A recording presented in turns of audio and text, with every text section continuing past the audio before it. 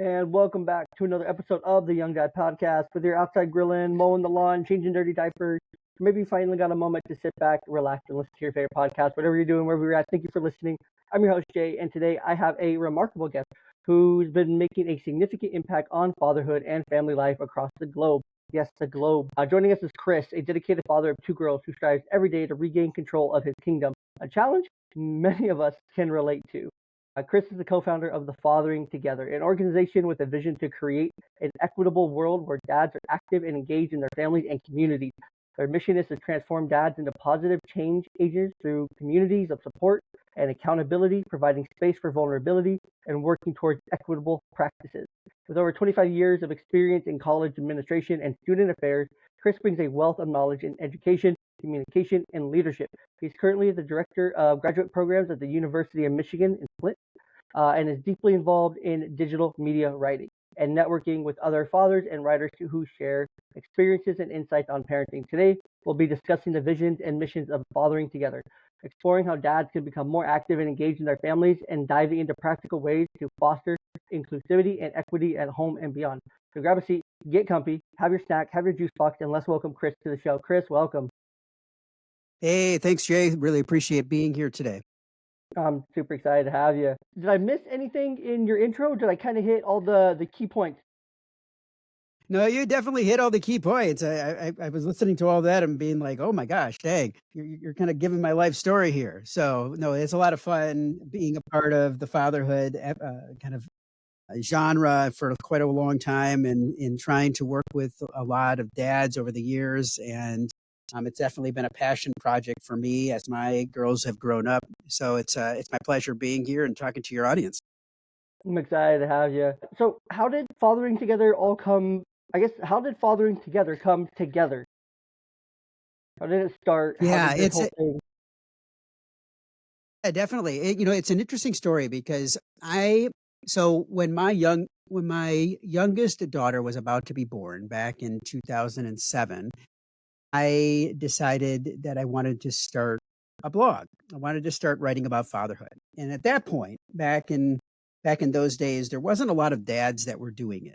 So there were a lot of moms that were out there talking about motherhood, but not a lot of dads. There was kind of a core group of individuals that were out there that were talking about fatherhood, passionate about fatherhood and sharing that. And for a number of years, I started the blog called Dad of Divas and started talking about so I started the blog called Dad of Divas, and when I started that, I started talking about fatherhood, but then I started also kind of giving some of my own perspectives and thoughts and trying to then spotlight other dads and talking about what they were learning and what they had to share with other dads through a series called Dads in the Limelight. And that worked for a number of years. But then as as my girls were getting older and I was interacting with more dads and still writing, I found that the engagement on in my community wasn't as great as I wanted it to be. And being a father of daughters, I wanted to have a more robust community that would allow for me to be able to engage specifically with dads with daughters because that's what I understand because I have two daughters myself. So in 2018, I went to a conference called Dad 2.0. And Dad 2.0 was a conference that was out there for a number of years that brought together dads, dad influencers, people that were passionate about fatherhood and and would allow for us to be able to connect, learn, grow, and support each other in many different ways. And at that conference, Facebook was actually there, and Facebook was talking about the power of their Facebook groups. They had just launched Facebook groups. And I said to myself, well, I've been doing the blogging thing for a long time. I have my social media channels, but I have not tried to create an actual group. So I started a group called Dads with Daughters. And that group, I started to end up inviting a lot of different dads that I knew, and it kind of snowballed. And we organically grew it. I invited a friend of mine, Brian Anderson, to help lead that group. And we, for about a year, from 2018 to 2019 organically grew the group. Now we got really lucky. And I'm saying lucky because we didn't really do anything to be found, but Facebook came knocking in 2019, in early 2019, and said, we want to create a commercial about your Facebook community.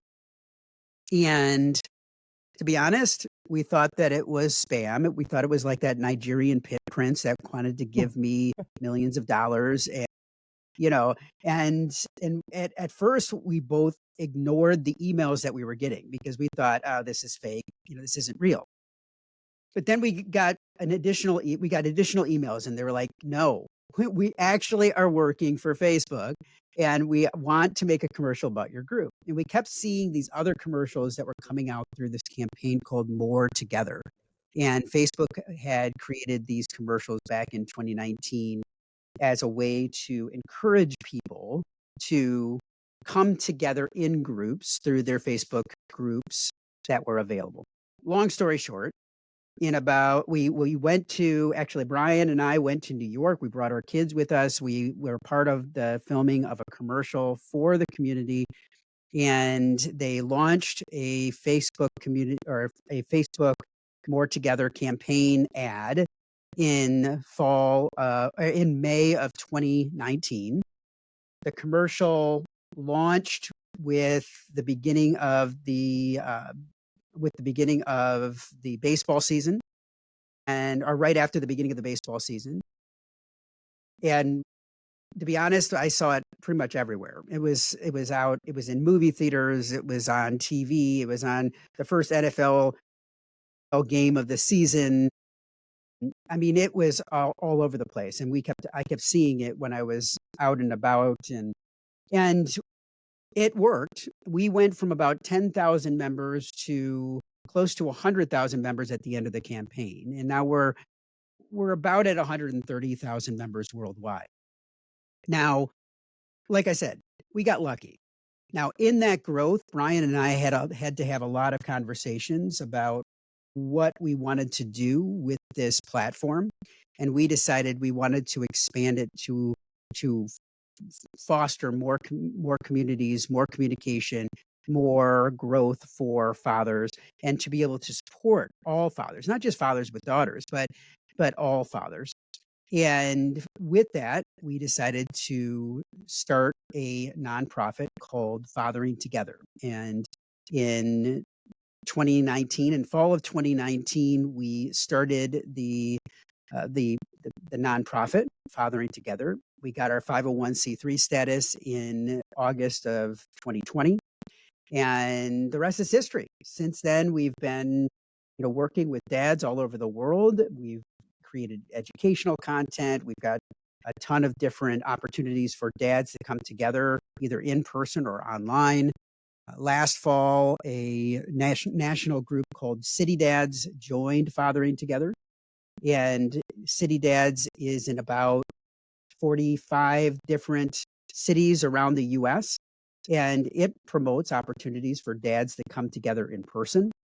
And then we have our online platforms as well. We have a podcast called Dads with Daughters, of course, because that's where we started.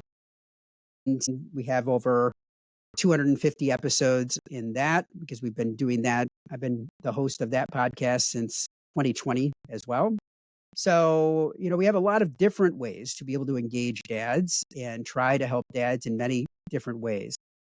So, the long story short, that's kind of how Fathering Together started and where we've been. And, we're really excited about where the future may lead us. That is so cool. So it legit started from a blog, turned into a Facebook group, turned into commercial, and then just kind of boomed and has grown from there.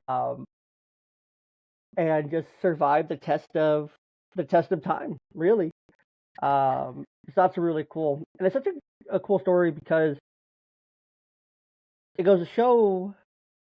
And I'm trying to think of how to phrase this, but it shows that a simple idea is, even as a blog, I just want to write about my life and write about being a girl dad and get this out there and get it out into the market. There's a people out there. There's a group of men out there who need this stuff, who need to find a sense of people to relate to, who need to find a sense of community and other dads and other men to connect with. And that's worldwide. It's not just in our country. It's everywhere. That dads have daughters. There's daughters everywhere. There's dads who have those daughters everywhere that need to find a community or need to ask questions or need to get education or need knowledge or know how to lead or things like that. And it can really happen at any time. You never know when it's going to happen and when it's going to turn into something a lot bigger than yourself, obviously, right? Because at first it was just for you, right? It was just for you to write and to get into the market. And I'm sure at the very beginning you weren't planning on turning it into a 501(c), right? And No, so definitely then not. now, And yeah, yeah, 5 years later, look at where you are now. 5, 6 years later, look at where you are now. And you never know what's going to happen and when it's going to become more than what you made it out to be at the beginning. So, yeah, that's definitely the case. And, even the blog itself, I started it for myself.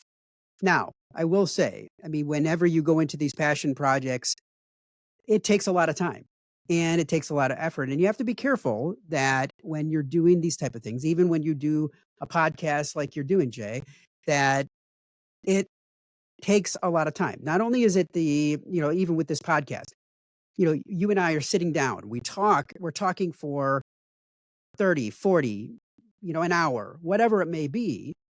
But then if you're editing it on top of that, that's another couple hours. That these passion projects that you get involved in, you have to realize it also takes you away from your family too. So you have to be careful about that to safeguard that precious time that you have with your family, especially if you got kids, because your kids want to see you. They want to be engaged with you.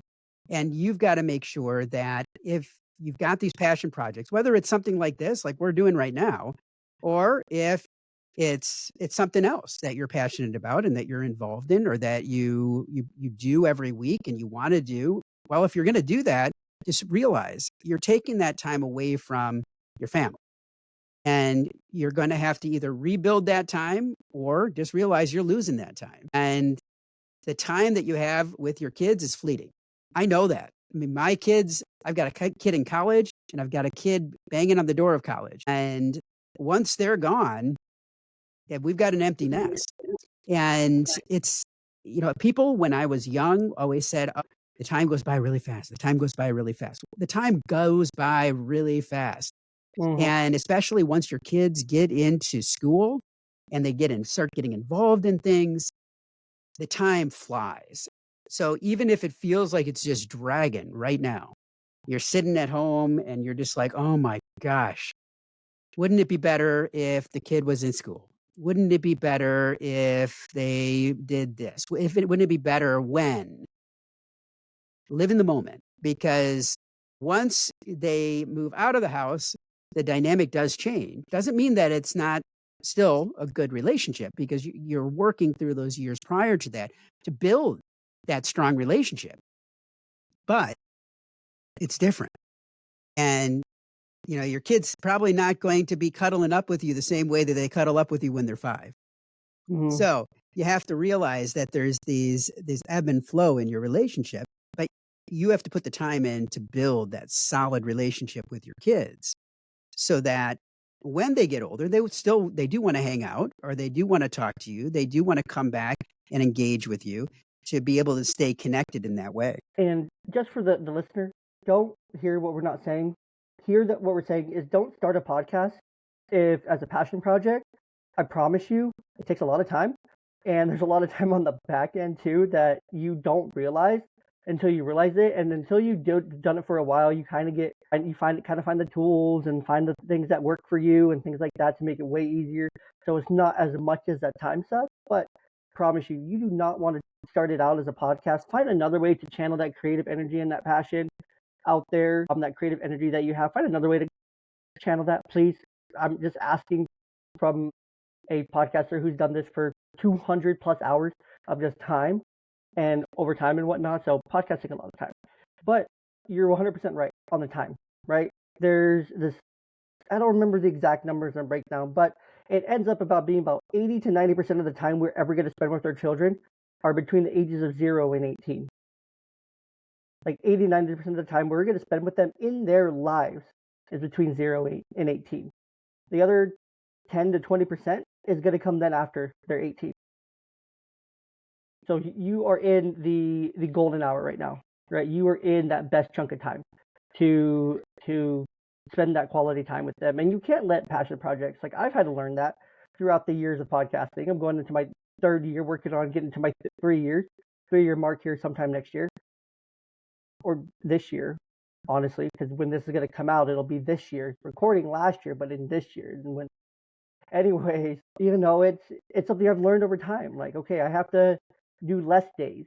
Like I remember there was times and points where I would record 6-7 days a week, kind of thing, and that was crazy. And then I'm like, I need to cut this back. It's too much just with all the things and trying to think about it and trying to do all the prep and whatnot.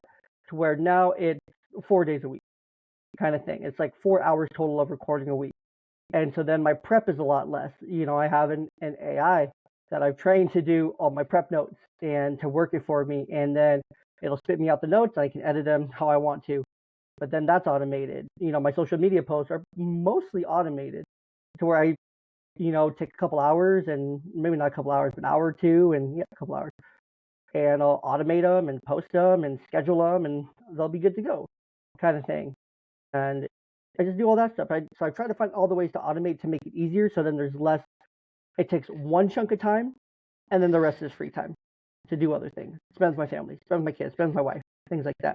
So those are super important things as well. So for you, this is one question I like to ask all the guests, toward the beginning of the interview, but now we're getting toward the, middle third, which is okay. What's a hill you're willing to die on when it comes to fatherhood and transforming the role of dads in today's society? Interesting question. I think that for me, one of the things that I would tell every father is that from early on, and I know you talk to a lot of young dads on this show, is from the moment that they're born and they're on their tummy, they're doing that tummy time, get on the floor, get down on the ground, be engaged with your kid. Don't think that that time is the time that they need to spend with their mom, because no, they need to spend it with both mom and dad. And the more that you can take the time to be able to engage with your kid, the more they're going to connect with you. And that engagement, that time that you're spending with your child is critical. And it starts a lifetime of that relationship and the opportunity to be able to connect. The other thing that I would say is, as your kid gets older, you're going to find that there are definite things that your child is interested in. And it may be vastly different than the interests that you have. And what I would tend to say to any dad with that is, suck it up. Get involved with what they're interested in. Doesn't mean you can't help your child to understand the things that you're passionate about, the things that you're excited about, and share that passion, that excitement with your child. But if you've got a daughter and they love Barbies, playing with Barbies is something that they want to do, then get on the floor and play Barbies. Even if you think it's going to make you look like a fool. It's not going to look like a fool. They don't care. They are more excited about the fact that you're there, you're engaged, and you're present. So, as Jey said, huge amount of time that you're spending with your children between the ages of 0 and 18. And I'll tell you, probably between the ages of, we'll say 14 and 18, they start to pull back. Yeah, And well, they that start 14 to to, 18 is about 10%, right? So that's another 10% right there. So that's when you go from like 60 to 70 or 70 to 80. I want to say like 0 to 10 is about 50, 60, and then 10 to 14 is about 10, and then 14 to 18 is another 10. that sounds about right. And as they get into that 14, 15, and then definitely between 16 and 18, they've got their own friends. They've got their own stuff. they're working, they're doing other things that are pulling them away from the family. Granted, hopefully, you've built a strong relationship where they still want to spend time with you because they are going to be drawn to other things. But if you've put that time and effort in the early years and you've built that strong relationship, then that'll pay off dividends as they get older as well. The final thing that I would put out there, and this is actually a piece of advice that I got from one of my guests on the Dads with Daughters podcast early on. And I was talking to a psychologist that works with a lot of men. And when I was talking to her, she said something, and I said to myself, I hadn't thought about it this way, but I wish that I had when my kids were younger, which is so many men are always looking to fix things. When we go into conversations, a lot of times we listen to fix instead of just to listen. And especially if you have daughters or if you're in a relationship with a female, one of the things that you have to always understand is that women don't always want you to fix things. Young girls don't always want you to fix things. And if you still have young children, and especially if you have daughters, one of the things that I learned from that guest was when you go into conversations with your daughters, let them choose what type of conversation it is. Is it a listening conversation or is it a fixing conversation? And that was kind of that mind blown moment when I heard that because I'm like, well, yeah, you're right. Dads do try to fix things all the time.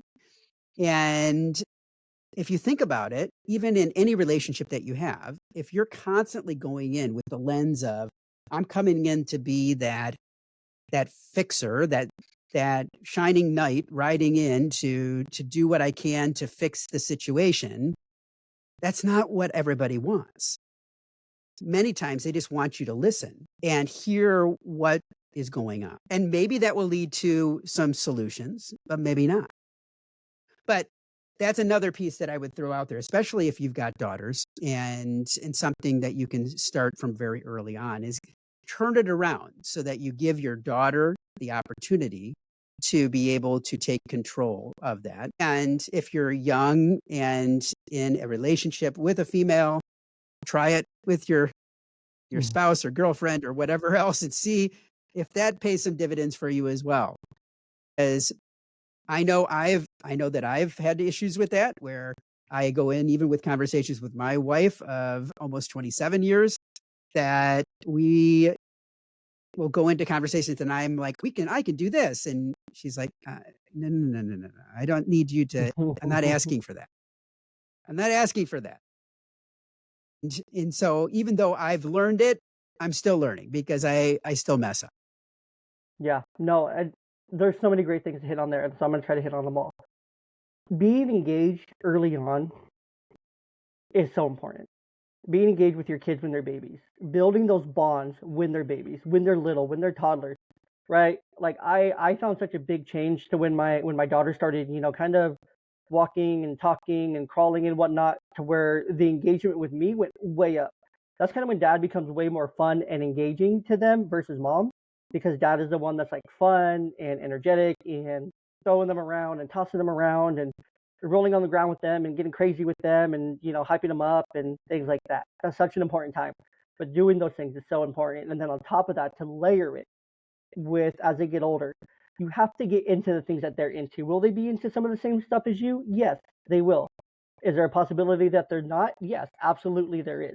Especially as girls, as they get older, as they change, as they develop, as they have new friends, as they go through life, they're going to find things that they're into that you're not into. But the important part of that, like you said, Chris, is to get into those things with them. It doesn't matter if you're the biggest masculine blue collar, kind of worker dude. If your daughter's really into princesses or whatever, play princesses with her. Do these things with her that she loves and she's enjoyed. If it's you're at the pool and she wants to do an underwater tea party, do an underwater tea party, whatever that looks like. Do those things with her that she enjoys to build that bond, to build that connection, because that will 100% pay off later. It's all about those early developmental years to build that bond. That's kind of your chance is between like 0 and like a 10, 11 is your chance to really lay that really strong foundation of morals and values and communication and that bond and all those things. Because as they get older, as they get into middle school and high school, it's going to be really hard to keep them away from a lot of the things of the world and to keep them on the path of uh, just being good, honestly. And so you have a window here, right? And you got to capture that window. But that includes those conversations. You have to have conversations early on about all the things that you want them to be aware of. And you can tailor these things to age appropriate. Like you don't have to tell a 5-year-old straight up about intercourse and what that looks like and things like that. But you can teach them to respect their bodies. You can teach them if one of their friends said they were ugly or a boy, did something or the girl did something to them. You can teach them like, okay, well, that's not appropriate. We don't think about our bodies that way to teach them to value themselves. So you can age appropriate these conversations. That's so important to do because you have to have those conversations. If you wait to have those conversations to when they're actually like 13, 14, 15, 16, and then they're out doing the things already, and now you just kind of have to react and clean up and kind of go in defense, you've already lost, right? You're already lost. There's a chance, but you're likely very, very slim odds to come out of that one on the other side with a positive result that will be favorable for yourself as a father. And so you have to start early. You have to lay that foundation. You have to lay that strong morals, that strong foundation, that love, that affection, that time, that guidance. And you have to have these ongoing conversations with them. Because if you're not having them with your daughters, then someone else is going to have them with them and manipulate them because they can see, oh, well, she doesn't have the values, the foundation, the morals, things like that. Fathers, you guys are men. You guys know exactly what I'm talking about. If you're listening to this, you know exactly what I'm talking about. I'm going to call you out. You know when a woman doesn't have those things. We got to teach our daughters to have those things so they don't fall into the same fall victim, not victim, but fall to the same games and things like that. Because men, simple creatures, same playbook, things like that. We got to teach our girls the playbook and teach them how to play the playbook kind of thing and not get played by it. So that's really important. And then when it comes to the conversation piece of it, the listening to fix, or just listening, I would even take that a step further. Is to ask. You can ask, okay, what do you need from this conversation? Do you need a distraction? Do you need space? Do you need me to listen, or do you need advice, kind of thing? So I would even take it to 4 things.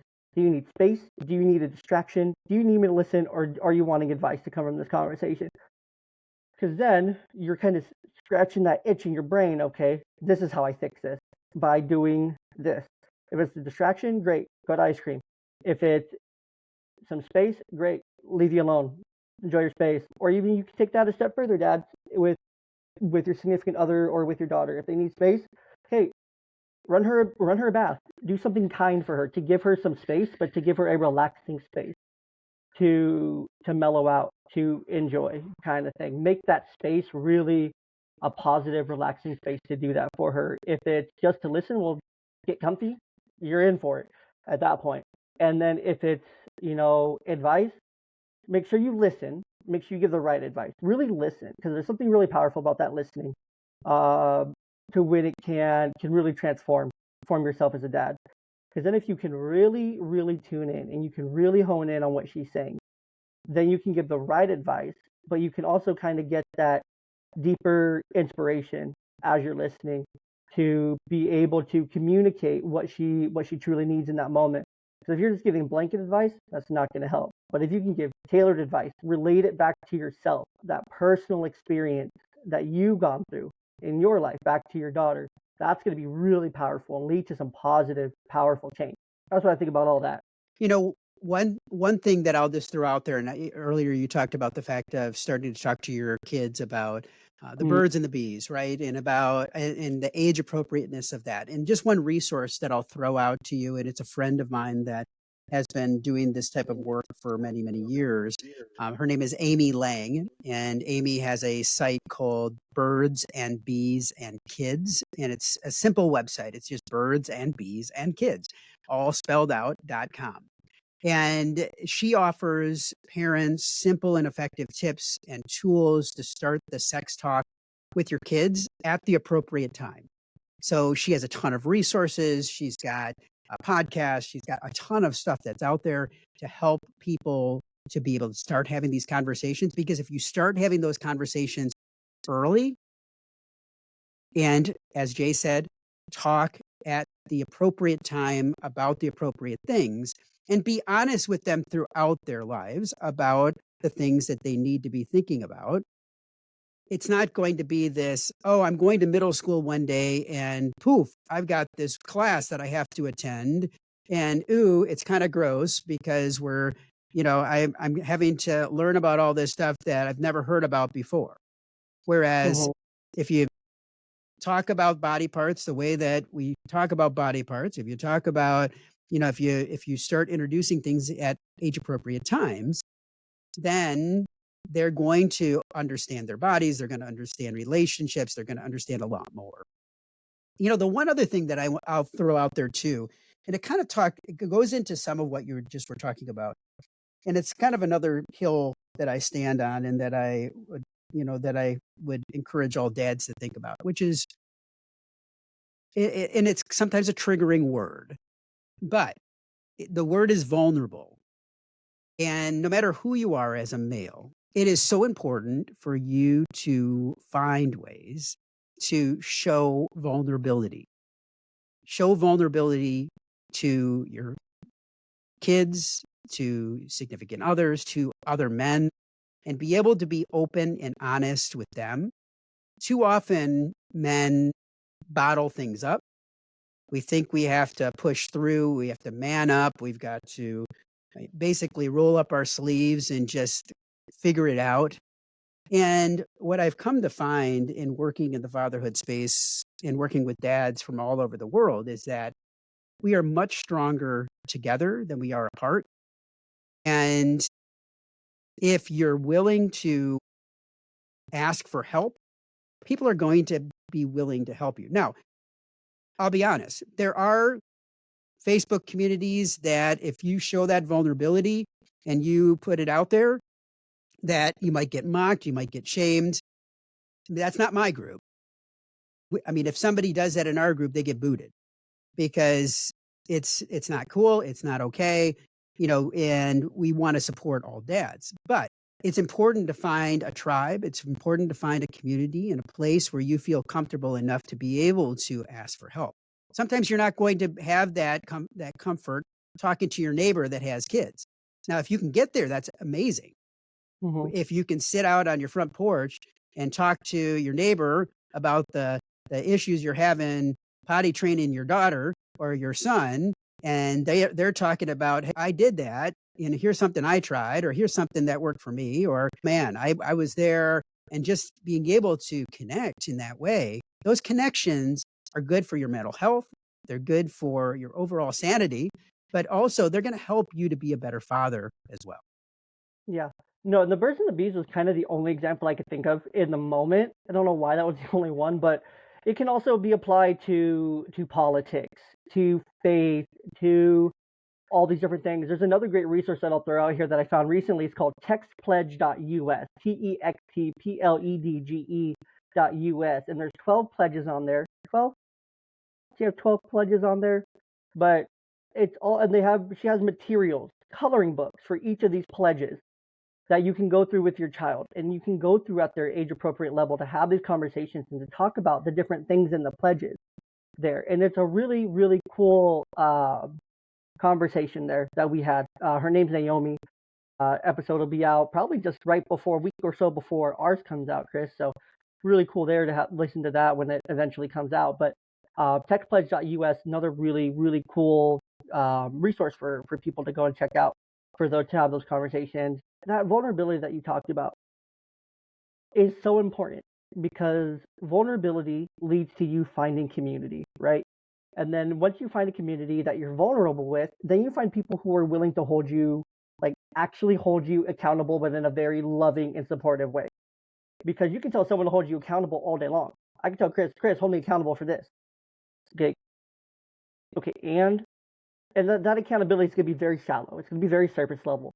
But if I get to know you, if I get to know you on a deeper level, personal level, and then you find out that, and bro, I'm really struggling with so and so, and I just want to change. I want to be better. I'm working on doing this kind of thing. Then that, accountability comes more naturally to where the next time we talk, you just check in on me and be like, hey, how you doing with that thing? I'm doing better.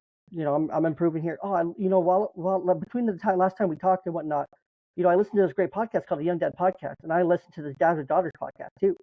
And they were talking about these things, and I really wanted to share them with you because I thought they would help you, help you with your situation here. That's accountability, right? That's another form. That's a deeper level of accountability to where it's like an equitable accountability, if you will, to where there's more invested. There's more invested in each other as men. There's more invested in each other's situation, to where those things are in the back of our head. And we're like, man, Chris really needs it. Man, Chris could use it. Man, so and so could use it. Man, Jey could use it. That would be great for him, kind of thing. And we got to get to that place with each other. We have to find those communities, those tribes, those groups that are supportive. And if you're one of those, and I'm just gonna straight up call it, if you're a douchebag, you're in a Facebook group of dads, and you're the one bashing a dad for, maybe their sexuality, maybe they realized they were gay and whatnot, or maybe they are gay and they've been hiding it and they're coming out, kind of thing, and or and you're bashing them for whatever reason that it could be. Maybe their kid's gay. Who knows? It could be anything. Those are just these are just examples that are coming to my mind. They're not the only tell-all, be-all examples here that I'm saying. But if you're in the Facebook group bashing that dad or, ridiculing another dad, why are you even in there? If you're in there just to project your negative feelings onto someone else versus the opposite, and you have those negative feelings and you're just projecting them, when you really want to post, hey, I'm also struggling here. I also could use some help and support. But if you're not asking, you're just projecting those feelings, there's an issue there. You have to be able to work through it and try to flip the script there, right? To take that projection and project it into yourself, to project it outward into your own post, saying, hey guys, I'm really struggling with so and so. If you can do that, then you're going to feel that support. Then you're also going to feel that happiness in those things. So when you do get to that point to where you can celebrate something, to where you do feel good about it, people aren't going to be shit posting you as well. They're not going to be back on the back end shit posting you for your happiness, because when someone's miserable and they're negative, they're going to project those inner feelings on someone else. They're going to rain on someone else's parade, quite literally. And they're going to shit on it. They're going to be like, you suck. Oh, I'm so happy for you. I'm over here in my pity party kind of thing. Oh, you got to flip that script for yourself. You have to look in the mirror. You have to flip that script on yourself. You have to be vulnerable. You have to be willing to be vulnerable, to find the equitable accountability to invest in someone else so that they can invest in you in those ways that you need. And you have to be willing to do it for them. If you're not at the point to where you're willing to be vulnerable, but then also have someone that's willing to invest in you and you invest back in them, then this can be a really hard thing to overcome. You have to get to that point. Let's see here. I'm trying to see. So I have questions, right? And I'm trying to see what we already may have talked about versus what we haven't hit on yet. Because it always happens to where every single time we're having a great conversation and we just end up hitting on all the things anyway. And so it's super important. So how is fathering together helping dads redefine their roles and create new narratives around fatherhood? Because as fathers, we've been told for a long, long time, and because of how do I say this without sounding like a misogynist? Because of the extreme progressive feminism movements that we've seen in our country, men just aren't breadwinners anymore. A lot of men are, but there's a lot of men who aren't. There's a lot of men who are stay-at-home dads. There's a whole network of stay-at-home dads. For home dad, like home dad con is a really big thing for just stay-at-home dad, right? And that's great. Like if my wife made a ton of money and we could afford it and it made sense, I'd be like, no, honey, you go to work. I'll stay home. I would love that. I would just podcast. I would take the kids to school, podcast all day. Man, I would have so much fun. I would have so much fun. But that's not reality, right? So a lot of men, we're told for a long time to just be breadwinners. Like you are just the breadwinner. You are just the income of the household. But those roles are changing, those narratives are changing. So how is Fathering Together helping dads who just, kind of genetically were made up to be the gatherers, the hunters, the protectors, the breadwinners for our families? How is Fathering Together helping dads redefine their role and create some new narratives around fatherhood? I think that a lot of that comes back down to what we've been trying to build out in regard to building community, right? And allowing for dads to learn from other dads about how they father, but also to be able to accept fathers where they are at. Now, our largest community is our Dads with Daughters community.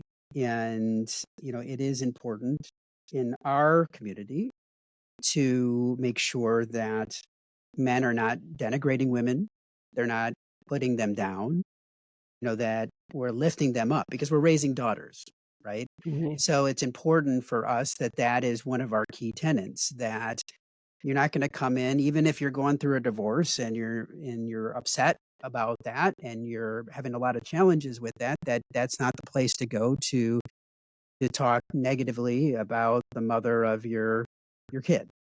So, we hold that really, really to heart, and we hold people accountable to that as well.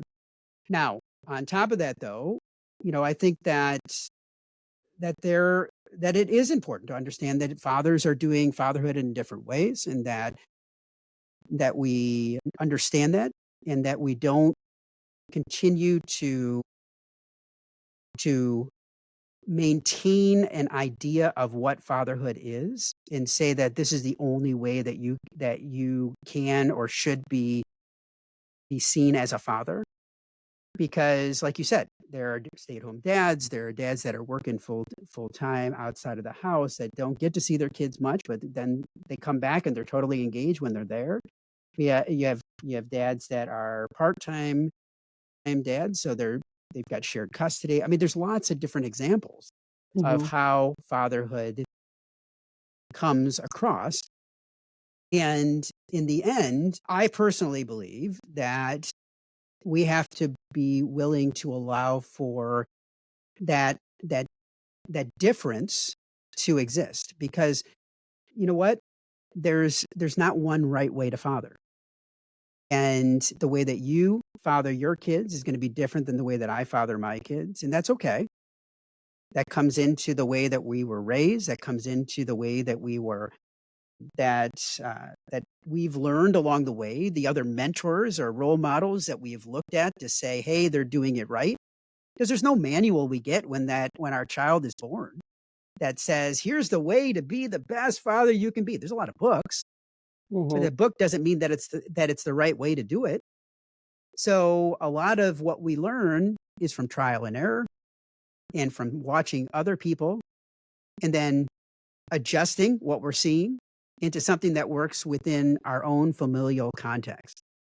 So, we try to make sure that we are supporting that while not denigrating other dads for the way that they are doing it, and lifting fatherhood up in general in regards to being an advocate for all dads.